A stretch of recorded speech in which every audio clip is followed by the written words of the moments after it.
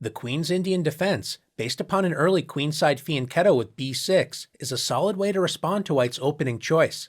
Let's see how we reach the strategically rich opening from the beginning. When white opens the game with d4, black can develop a piece and support the center with knight f6. White's most popular choice is to grab more space with c4. A flexible response for black is e6, supporting the d5 square, as well as opening up the dark-squared bishop. If white plays knight c3, this can be met by bishop b4, turning the game into the solid and positionally rich Nimzo-Indian defense.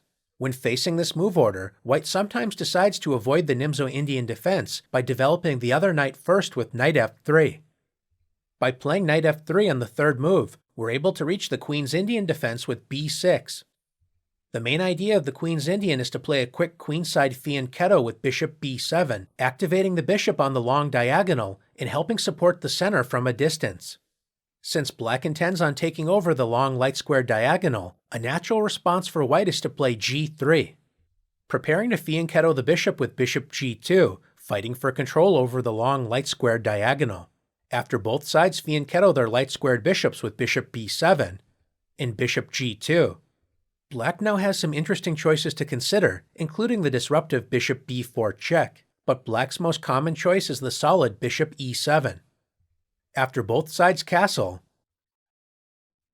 white now has an interesting decision to make. One path is the straightforward knight c3, simply developing a piece while increasing central control. Black can decide to play d5, which may often be coupled with a well-timed c5, adding serious pressure against white's center. The move d5 can be met by knight e5, revealing the light-squared bishop's pressure against d5, pinning it against the bishop on b7. Another option for black is to provoke an exchange of minor pieces with knight e4.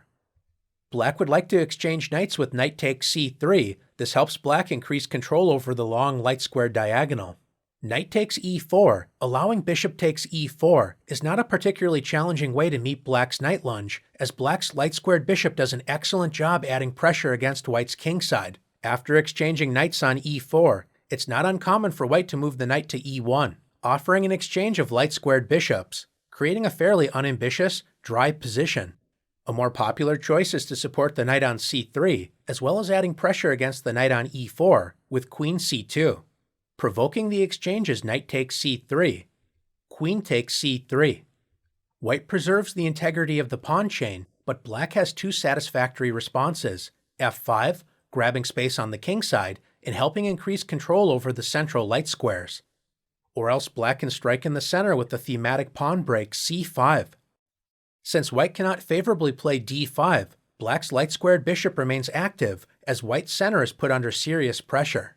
A typical response for white is to play rook d1, centralizing the rook while supporting the center. One option for black is to play d6, preparing to complete development with knight d7.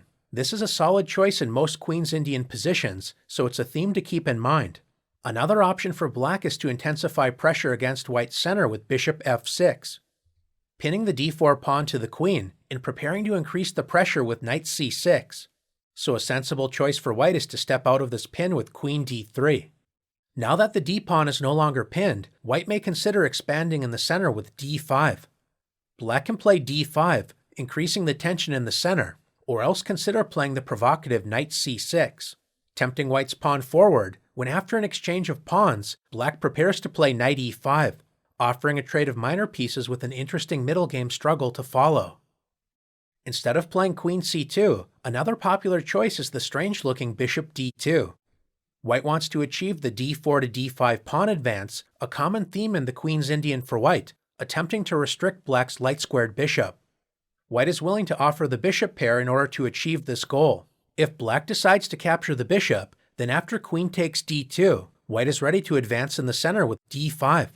Instead of capturing the bishop, black can play bishop f6, adding more pressure against the d4 pawn, or else play the popular choice f5, grabbing space on the king side as well as reinforcing the knight on e4. Moves such as rook c1, queen c2, or knight e5 have all been tried and are definitely worth exploring, but white's most popular response has been the disruptive pawn thrust d5, breaking the communication between black's light-squared bishop and the knight on e4. Notice that knight takes c3, removing a defender of d5, does not actually win a pawn, as white can play bishop takes c3, revealing the queen's protection of d5. By advancing the pawn to d5, this weakens the long dark squared diagonal, so black can improve the dark squared bishop with bishop f6, creating pressure down the long diagonal, especially against the knight on c3. A natural response for white is to reinforce the knight with rook c1. It's important for black to bring the knight on b8 into the game, and since d5 deprives the knight of its most natural development, black typically plays knight a6. In this tension-filled position, former world champion Anatoly Karpov once played bishop e1, opening up the d-file for white's queen, which will help support a centralizing knight d4. His opponent, Grandmaster Michael Adams, sent his wayward knight toward the center with knight a to c5, improving the position of the knight and supporting the knight on e4.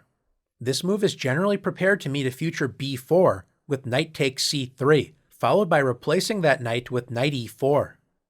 Grandmaster Karpov centralized his knight as planned with knight d4, improving the position of the knight while revealing the light-squared bishop's pressure against black's knight on e4. At this point, black can explore the space-gaining a5, or as Grandmaster Adams played, queen e7, centralizing the queen and connecting the rooks on the back rank.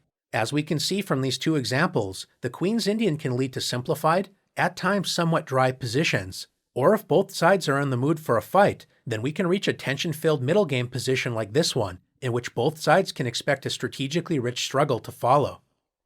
If white wants to directly challenge black's rock-solid setup, instead of playing the solid knight c3, white can unleash a dynamic pawn sacrifice with d5.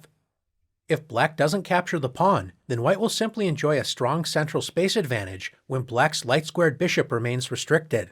So after black accepts the pawn with e takes d5, white can play knight h4.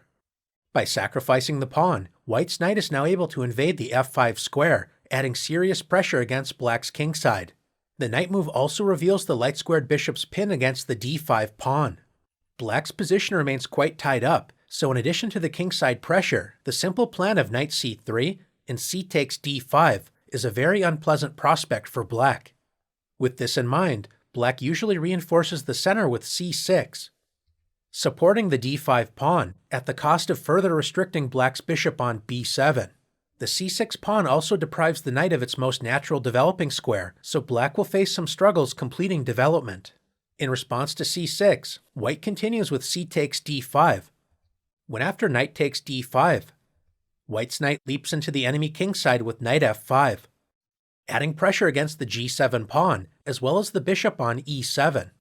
White is prepared to grab space with e4, when black needs to stay alert for sacrifices with knight takes g7, as well as moves such as queen g4, intensifying pressure against the kingside. A popular response for black is to play the strange-looking knight c7, clearing the d5 square in order to fight for the center with d5, and if allowed, black's knight may also move to e6, helping secure the kingside. By moving the knight to c7 instead of the more natural f6 square, this allows black to activate the dark-squared bishop with bishop f6, securing the kingside, as well as adding pressure against white's queenside. White's plan of quickly playing e4, knight c3, and if allowed, bishop f4, adding pressure against black's kingside, center, and weakened dark squares certainly creates sufficient compensation for the pawn, especially as black's pieces remain somewhat cramped and not well organized for the time being. This is a dangerous position for black to face, but with proper play, the position can prove quite resilient against white's dynamic attacking chances. The interested viewer is encouraged to explore Grandmaster games to see how these clash of ideas can work out in practice. Instead of playing knight c3, which allows black the option to enter a Nimzo Queen's Indian hybrid with bishop b4, white can decide to spend a tempo on the move a3. Beginners are often taught not to waste time with unnecessary pawn moves, but this prophylactic pawn move was favored by world champions Tigran Petrosian and later Garry Kasparov. White is now ready to play knight c3 without allowing the option of bishop b4. Black sometimes responds with the provocative bishop a6, an interesting idea worth exploring, but black's main response is the solid bishop b7. White now brings the other knight into the action with knight c3. Even though white spent a tempo on a3, This is not a line to take lightly, and in fact can be quite dangerous for black. If black continues to develop routinely with bishop e7, this is well met by d5. White will then grab more space with e4, leading to an unpleasant position for black. One creative, combative choice is g6, preparing to fianchetto the bishop on the long diagonal, so the space-gaining d5 will be met with bishop g7, enjoying strong scope on the a1 to h8 diagonal, leading to complex play. If black wants to remove some of the tension from the position, then a reasonable choice is knight e4. Trading a pair of minor pieces after knight takes e4, bishop takes e4. White does not want to allow black's bishop to remain comfortable on e4, especially as white wants to expand in the center with e4. One solid, but not particularly ambitious choice is e3, followed by challenging black's light-squared bishop with bishop d3. A more challenging continuation is knight d2, threatening to gain the bishop pair, so black usually retreats the bishop with bishop b7, allowing white to grab more central space with e4. White enjoys a broad center, although the knight on d2 isn't perfectly placed, as it blocks both the dark-squared bishop as well as the queen's protection of the d4 pawn. Black can play the provocative queen f6, adding pressure against the d4 pawn. Or else black may consider g6, preparing a double fianchetto when a complicated struggle is developing between white's central space advantage and black's ability to counterattack that center and find active counter chances. Since knight c3 threatens the unpleasant d5 in many lines, black's most popular way to neutralize this possibility is by grabbing space in the center with d5.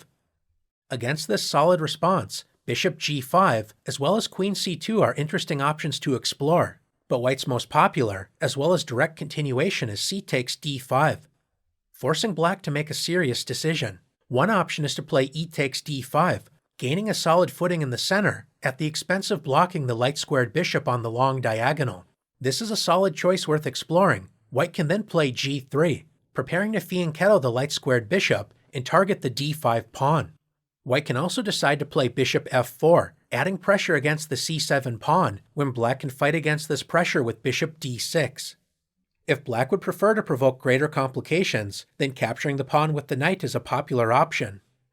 Adding pressure against the c3 knight while avoiding committing a black pawn to the long light-squared diagonal, a positive for the light-squared bishop.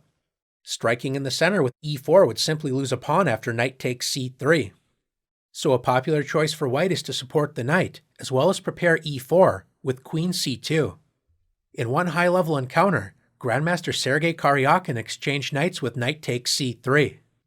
His opponent, Grandmaster Hikaru Nakamura, decided to recapture with the pawn b takes c3. This capture does isolate the pawn on a3, but white's main goal is to build a strong space-gaining center with e4. Grandmaster Karyakin continued with bishop e7, when white expanded in the center with e4. White enjoys a two-pawn center, and black can easily enter a passive position. The former World Championship candidate demonstrated how black can fight against this central pawn structure after castling the king. White actively developed the light-squared bishop with bishop d3, supporting the center, as well as creating a queen-bishop battery pointing toward the enemy king. It's important for black to strike against white's center, which is precisely what Karyakin did with c5. Adding pressure against d4, a key source of counterplay for black. As the central tension increases, white decided to castle the king to safety.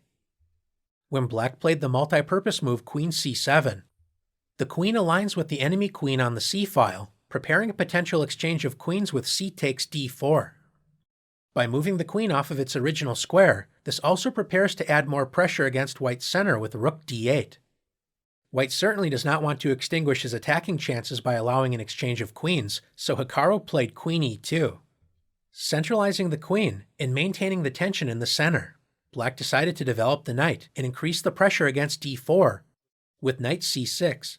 Black is now ready to meet d5 with knight a5, eyeing the c4 and b3 squares, with interesting play to follow. In the game, Grandmaster Nakamura reinforced his center and continued to develop with bishop e3. Grandmaster Karyakin intensified the pressure against the d4 pawn with rook f to d8. Black is ready to complete development with rook a to c8, when white enjoys more central space, but black's pieces are well positioned, adding serious pressure against white's center. The position is dynamically balanced, and Nakamura, true to his active style, decided to mix things up with h4, grabbing space on the king side and provoking interesting complications, although the game ultimately ended in a draw. As our initial journey in the Queen's Indian defense comes to an end, it's worth mentioning that the Queen's Indian is not a standalone defense against d4. If white decides to play g3, preparing a quick fianchetto, then b6 makes little sense, as white can take over the diagonal first with bishop g2. This means that black needs to consider how to respond to this move, perhaps with bishop b4 check, inviting a Bogo Indian defense, or possibly playing d5, turning the game into the Catalan opening against the Queen's Gambit declined, just to name a couple options that are covered in other opening videos right here on chess.com. If white decides to play knight c3, b6 is not an optimal response, as white can simply take space in the center with e4, gaining a comfortable advantage. Many Queen's Indian players have experience with the Nimzo Indian, so a natural response to knight c3 is bishop b4.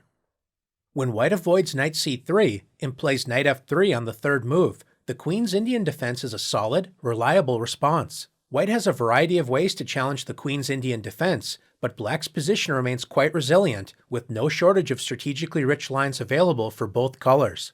If you're looking for a good complement to the Nimzo Indian defense, or you simply enjoy the typical positions that arise from this opening, then the Queen's Indian defense may very well be the choice.